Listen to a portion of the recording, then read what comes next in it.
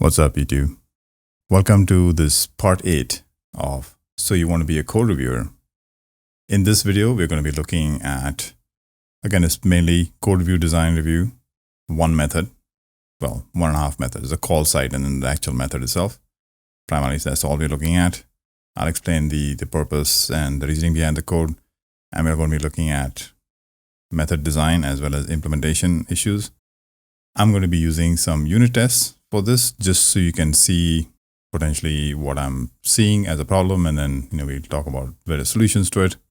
And then there are, of course, certain opinions that I might have. You might disagree. If you do, let me know. If you agree, let me know. Either way, just let me know what they are. But this will be another short one, so I'm hoping you'll enjoy it. This is one of those weird ones. Again, it's got one method and potentially about 10 issues. Depending on how you count them, there are 10 issues. And I want you to spot the problem. I'll first explain to you what's going on. Then you can look at spotting the problem, and then I'll tell you what I see as the issues. All right. So let's get started. So what you have here is a static class with a static method that's public. So that's the entry point.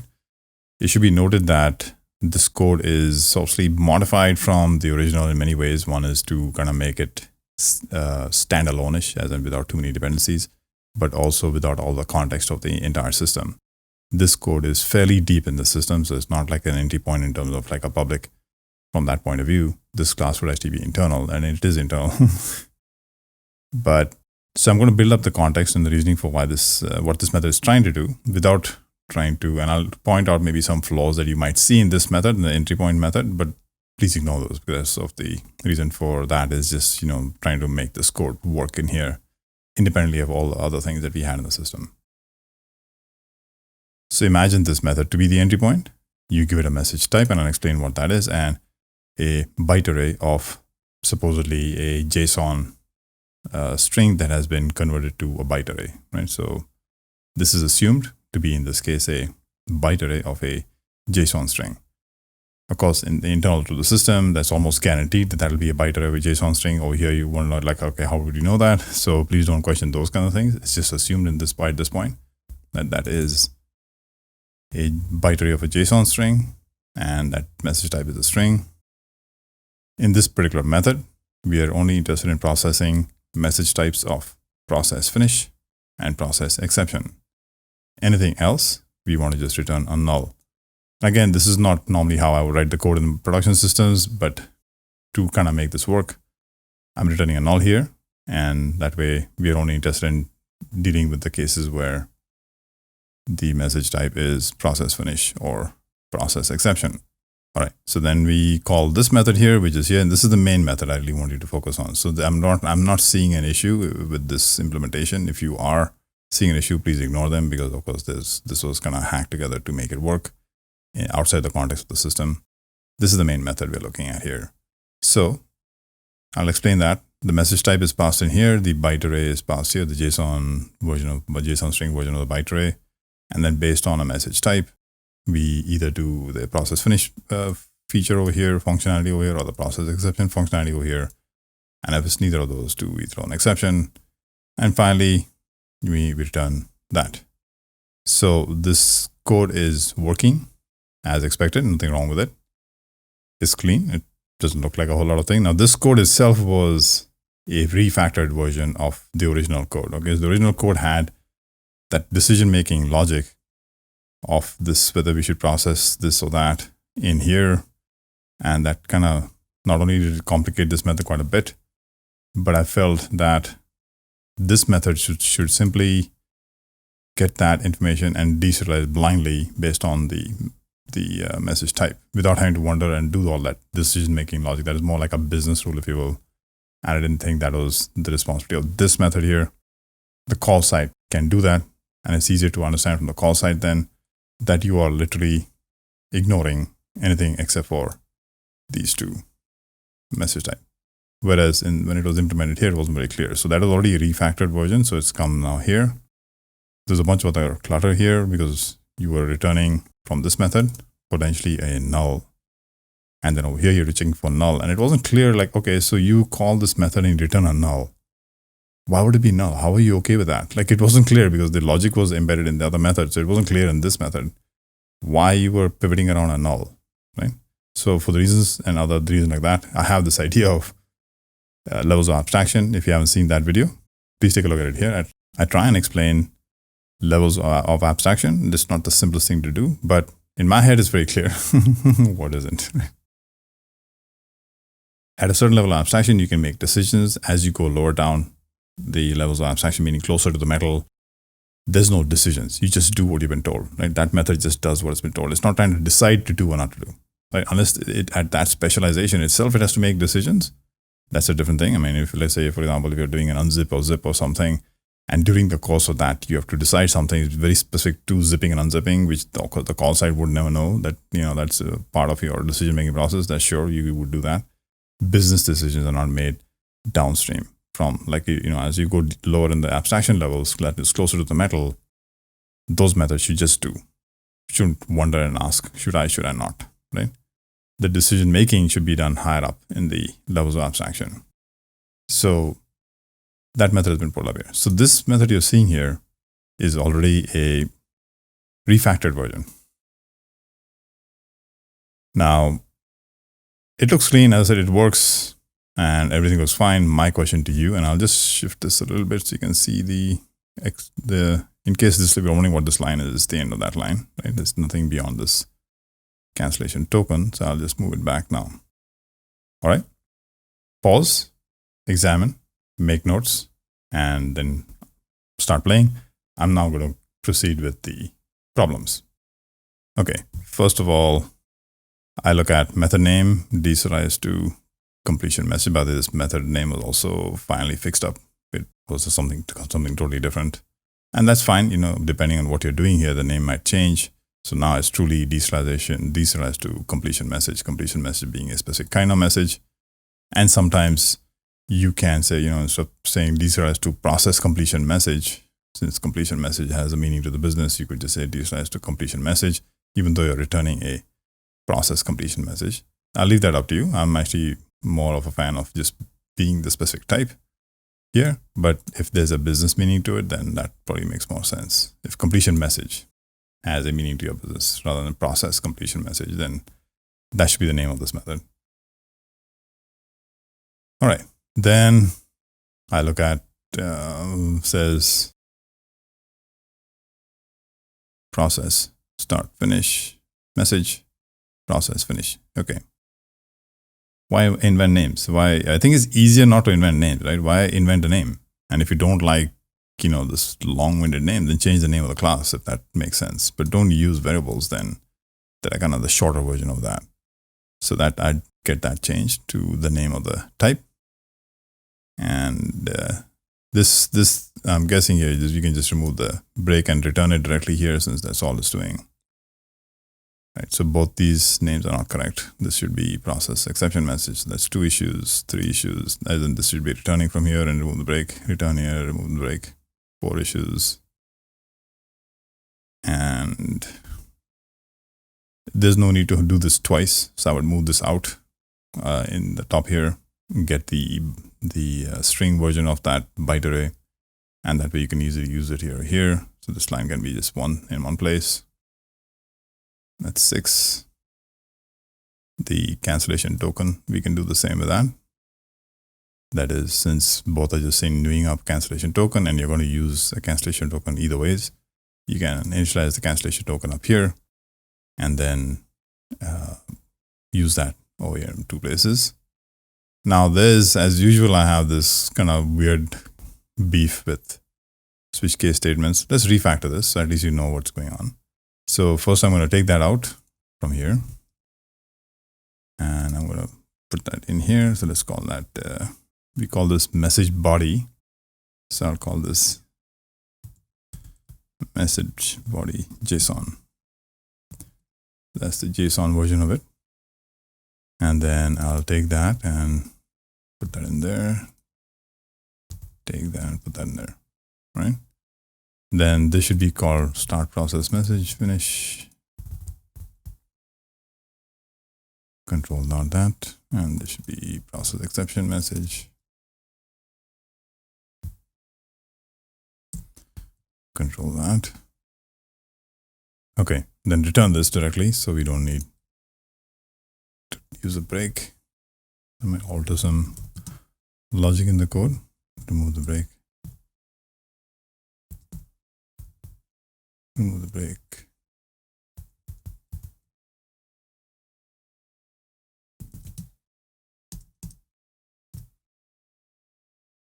Okay, don't need that.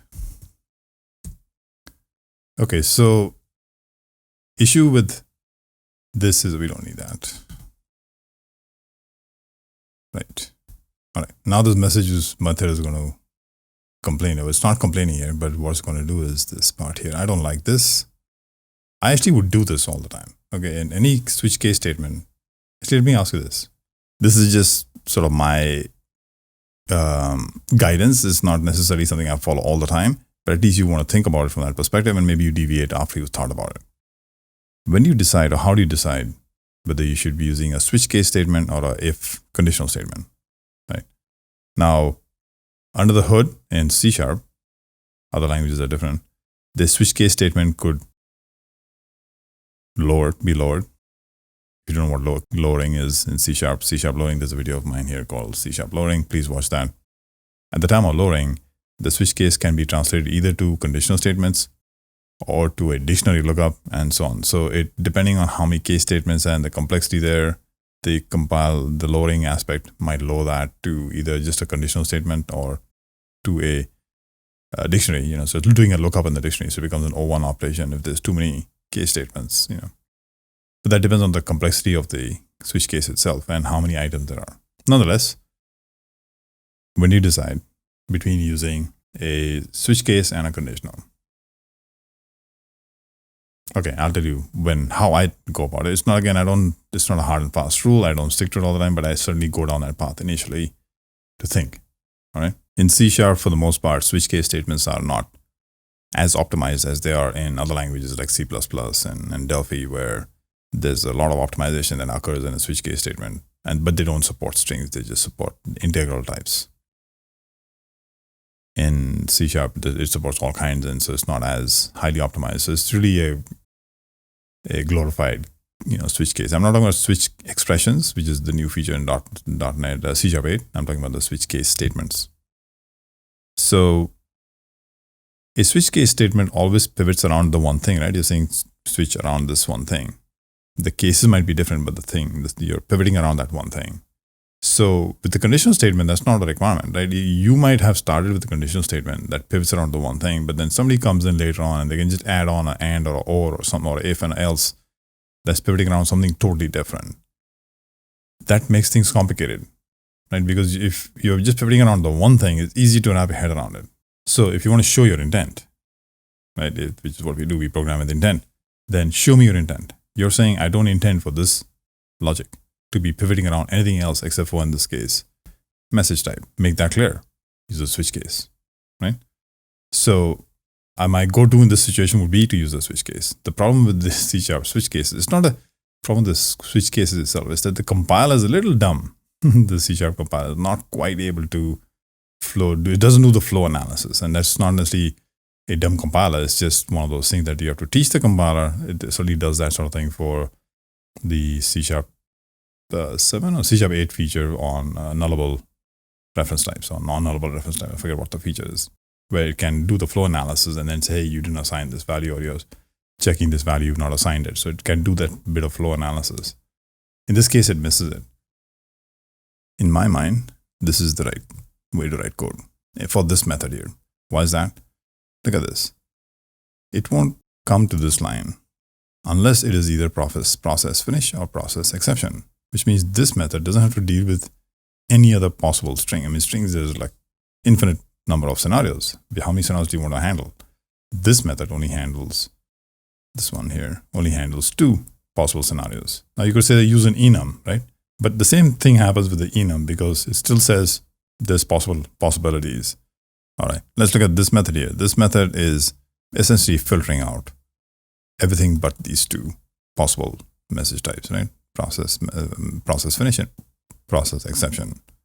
Anything else would be booted out, which means this method will not see any more than those two possible scenarios.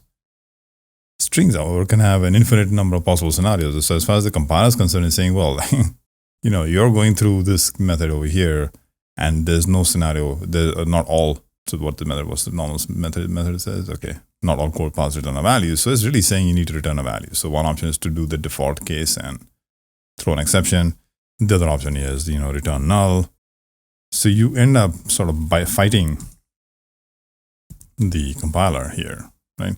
You start to write code that is not quite what you would expect. And it's certainly not showing your intent, because you're not saying I want to return a null in this situation ever, but you're going to do that. Or you're going to say, I'm going to throw an exception like we had before in the default case to satisfy the compiler, but it's never going to happen, right? You're very clear in this method, you only expect to find these two strings. How do you let the compiler know that? Enum certainly is a good option, but even the enums, you have the same problem, similar issue where you need a default case or something, right? Unless you do the default, it says not all code paths return a value, but this is saying, well, even though it's the enum, you can have any integer coming in there, right? Enums are just integers. And this is 2 billion possibilities. So you put the exception. Let me put that whole thing back. Yeah, here in the default case, you throw an exception, and now it's happy, but you can never test this. You can't ever reach this default case, right? For example, this, you can say, okay, let's just give us this message type of string value of something other than process definition, process exception. Yeah, conceptually from this method's perspective, but the call site would never be able to send you that value. So even though you were testing this method, which is the public method, you can send any value here, but it's going to be booted out because of that. So it's never going to come here with anything other than these two values, right? And I wish that the language, the compiler, the tooling could understand this idea, like they're doing the flow analysis and say, okay, given what you've got ahead over here, there's no way that this method would receive these values. This is very complicated, so I'm not expecting it anytime soon. It's not like I'm going to bang my head against a wall because C# doesn't have this feature or anything. It's just, I wish, it's like one of those I wish things. All right, let's talk about the exceptions as well here. Let's say, conceptually speaking, forget the fact that this method is doing the filtering, right?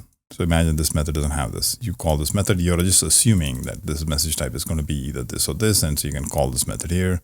This method just needs the two switch cases, and you're, for good measure, you do that. I hope you get the idea. I'm just giving you a scenario.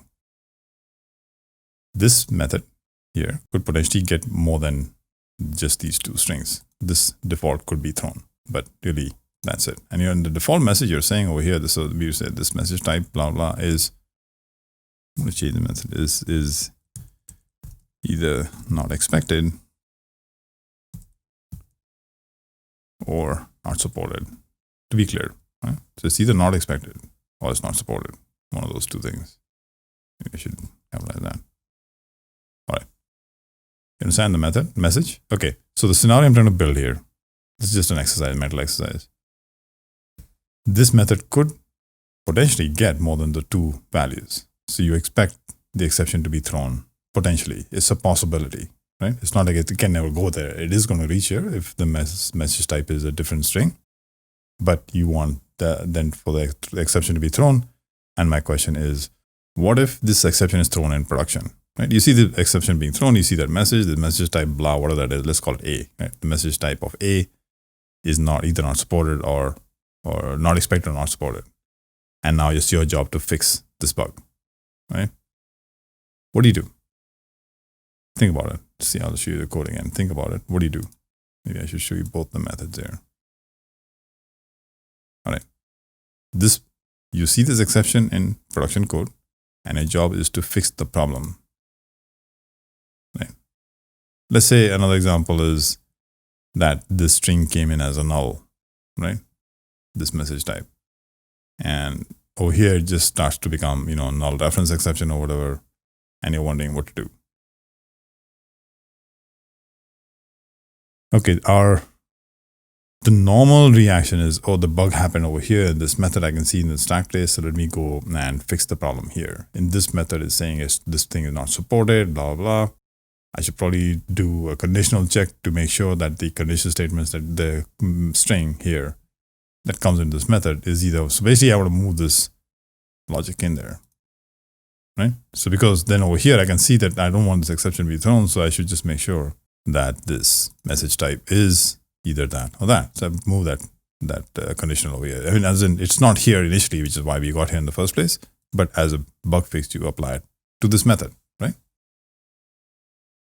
I call this fixing the problem or treating the symptom, which is a very common thing. We do that in almost every aspect of our lives, right? We treat the symptom. You got a headache, you could take a pill for the headache. Nobody's ever questioning or asking, why do I have a headache? Are you saying everyone gets a headache for the same exact reason? Of course not. But apparently we just want to treat the symptom. We're not ever concerned with finding the root cause. Here I'm saying you need to find the root cause. Never treat the symptom. Always make sure when you write code to fix a bug, you're understanding the problem and you're fixing the problem at the root source of the problem. Not where you're seeing the problem, but what caused the problem to occur. In my programming with intent, I have a term that says buyer beware, caveat emptor. Right? Buyer's data, caller's data, caller's problem. There's 3 different phases for it. Caveat emptor, which means buyer beware, or you can say caller's data, caller's problem. I'll explain what that is. I have written this method. I'm saying I want a message type. Now, there's no way in the form of a string in C# unless you specify your own type or use an enum can you fix this to be a specific type. But let's say it's well known and understood across the organization, across the team, that this method is only supposed to support process finish and process exception. All right. So if that's the case, I would not want to have this here. Right? Of course, C# doesn't like it, but conceptually, I don't want to have this here. All right. And then if you came to fix it here, what I'm really saying when I design a method like this is I'm saying you give me the message type, either this or that, and I will give you back a process completion message. If there's anything else, I'm going to throw an exception, right? People have a problem with that, saying, oh, wow, why are you going to throw an exception? Why not return a null? It's like that. Let's be kind of coy about the whole thing. Like, there's a problem, but don't throw an exception. Just give me a null. You and I'll keep it between ourselves and kind of keep quiet. It doesn't work like that.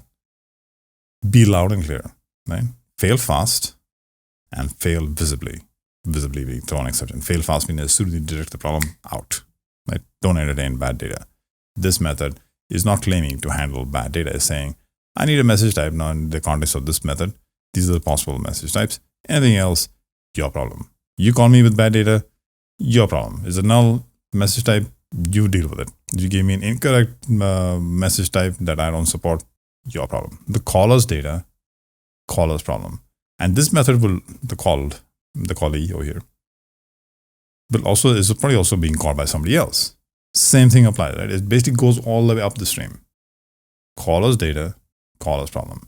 And when you think in those terms, you arrive at that scenario where I talk about if you lock the front door, which is if you clean up the data at the front door, and you lock the back door, you clean up all the data coming into your system from databases, other service calls, etc., you're safe in the house, which means you don't have any of these weird nuances about treating the symptom rather than the cause.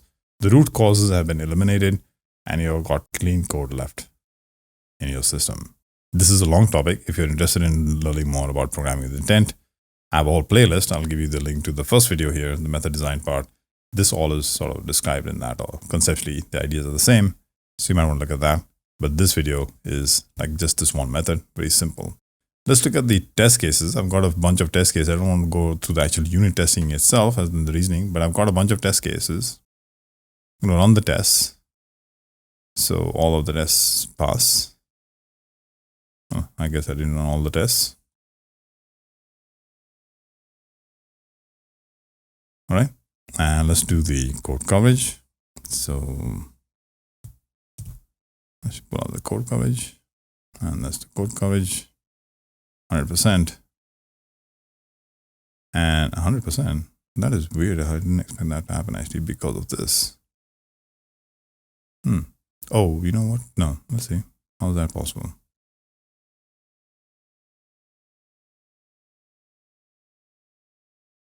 Oh, look at that.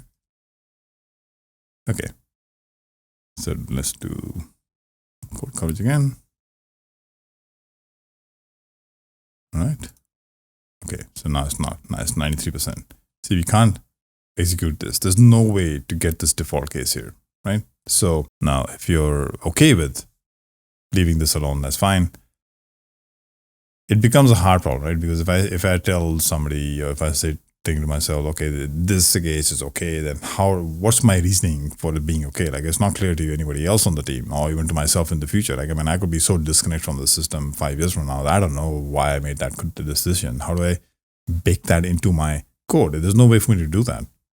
That this specific thing is there just for the heck of it, to satisfy the C# compiler.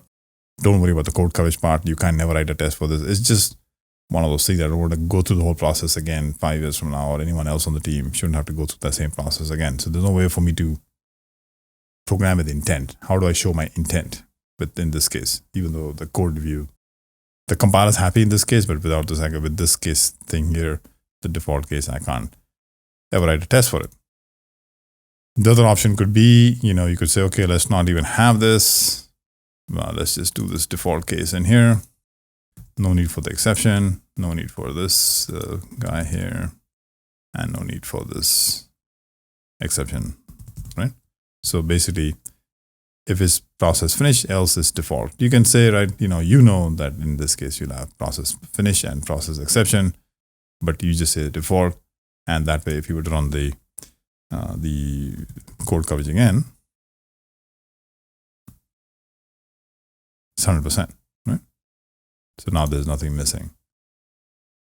But the problem is, again, documentation. Like if I saw that, honestly, I don't know what you would think. If you saw a default case like this with one case statement and then a default, you're going to be throwing your hands up in the air. Oh, hang on, how is that even possible? Like, there's only one case. Why even use a switch case in that situation? Just say, if process message, this message type equals process message, then this, else that. Done, right?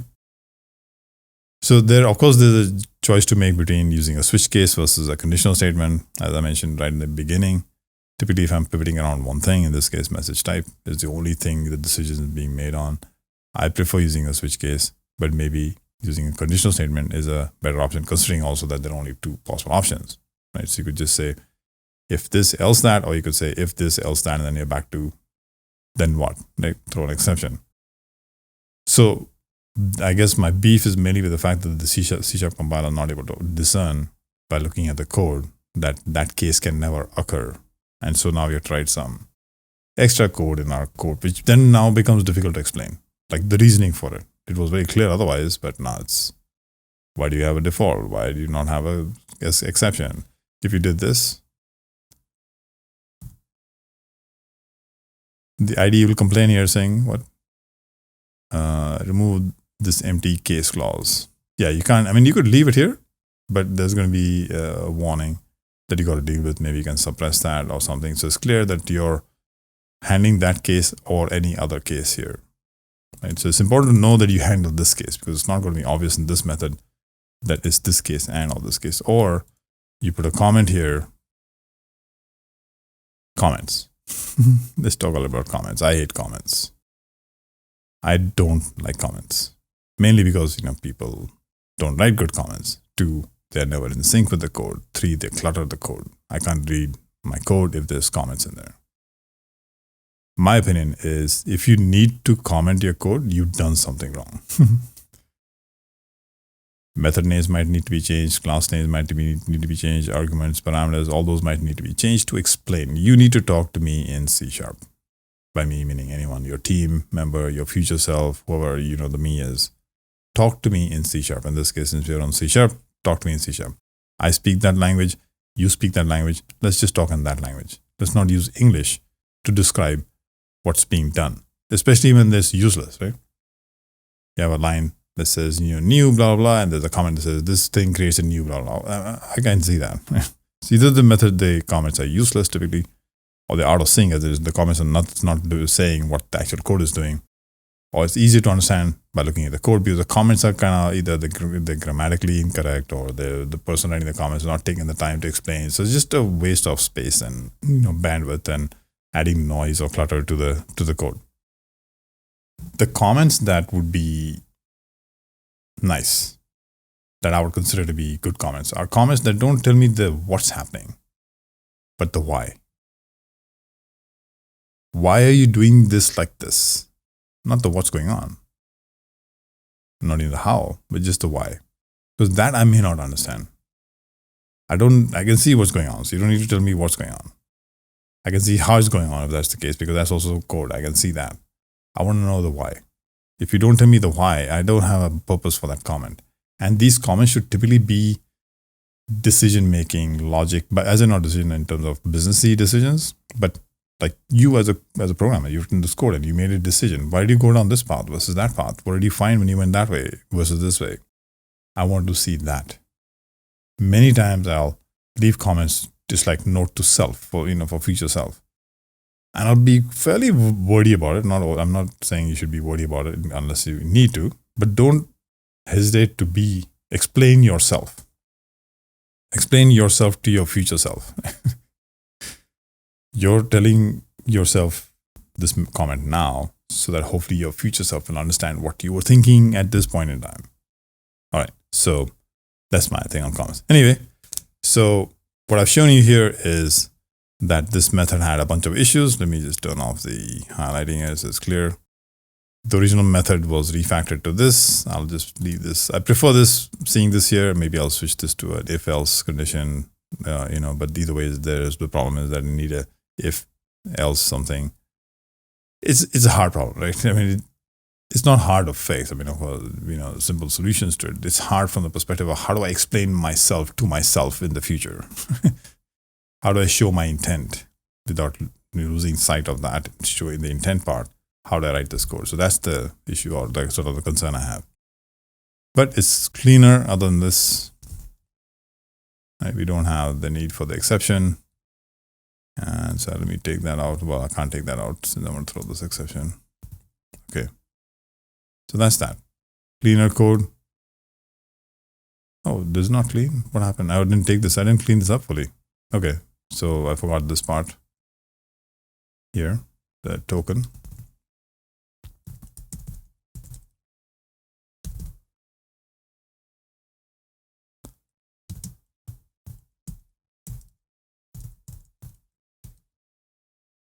Okay.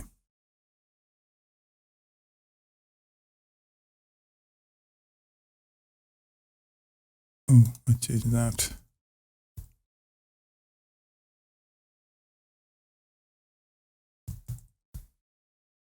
All right.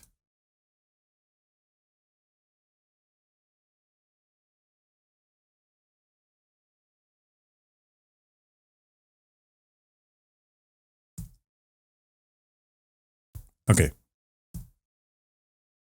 So that's what the final outcome would be. It's quite a bit different. Cleaner is still expressing what it's supposed to, and it's not doing unnecessary code, except this problem still exists. All right. I hope you've enjoyed yourselves.